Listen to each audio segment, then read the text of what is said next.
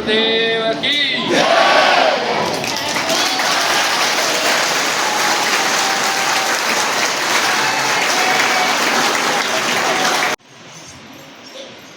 अब बाहर के पट्टी नॉन वाले इंद्रिय मूलाधार चक्र शेषन इंद्रिय मुंह जोगास्ता भूकाम ये भटकाती है।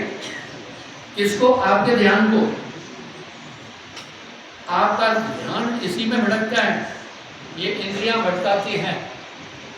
फिर चार अंतःकरण की सूक्ष्म इंद्रियां मन बुद्धि चित्त अहंकार, ये भी बाहर है। इसलिए संकल्प न करना, उस समय कोई चिंतन न करना, कुछ याद नहीं करना। जब आप स्थिर हो गए तो ऑटोमेटिक अंदर का पट खुल जाएगा।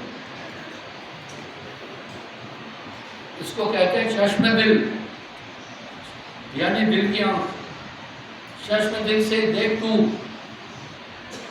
क्या क्या तमाशे हो रहे, दिल सता क्या क्या है तेरे दिल सता है।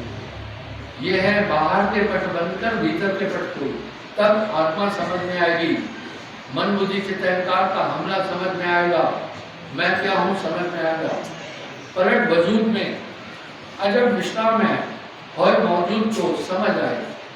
लेकिन जो आदमी बैलेंस कर रहे सवाल है, बैलेंस उस पर भी आदमी में चलाते हैं। आदमी को बैलेंस की पूरा आचार लेकर उस बैलेंस रात पर छोड़ना है, तो जो जान जाता है फिर हो जाता है। इस तरह बनत बन जाएगी।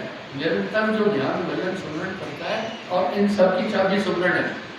जब आप सुमरण कर रहे हैं तो ऑटोमेटिक बाहरी इंद्रिया में आपकी इंद्रिया भी कंट्रोल हो जाएगी। जब तक, इसलिए साहब वाणी में करें, जब तक संयम साधना सब सुमरण के माँ है। कबीर जाने संत जन सुमरण संत। इसलिए सुमरण एक आयाम है, एक आदत है, ये भूलना नहीं। और देखिए नानक देव जी वाणी में फरमा रहे हैं, नानक जो निश्चित भजे रूप राम तह जान, हरि जन हरि अंतर नहीं नानक। श्वास श्वास जो सुमरण का एक दिन मिल गया है। इसलिए सुमरण एकाग्रता की कुंजी है, संसाधन है। साहब ऐसे ही नहीं करें, जब तक संयम साधना सब सुमरण के माँ है। कबीर जाने संत जन सुमरण।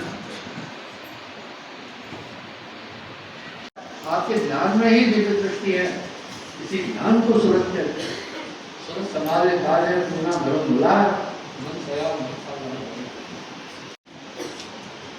बाहर की दुनिया दिवस लगी। आप कहाँ अपना मन लगा रहे हैं? आपको याद रखना, सुमरण के अलावा जो कुछ है का हमला समझ में आएगा, मैं क्या हूँ समझ में आएगा। परट वजूद में अजब विश्राम है और मौजूद तो समझ आए। लेकिन जो आदमी बैलेंस कर रहे हैं, समाज है बैलेंस उस पर भी आदमी में चलाते हैं। आदमी को बैलेंस की पूरा आचार लेकर उस बैलेंस रात पर छोड़ना है, तो जो जान जाता है फिर हो जाता है। इस तरह बनत बन जाएगी।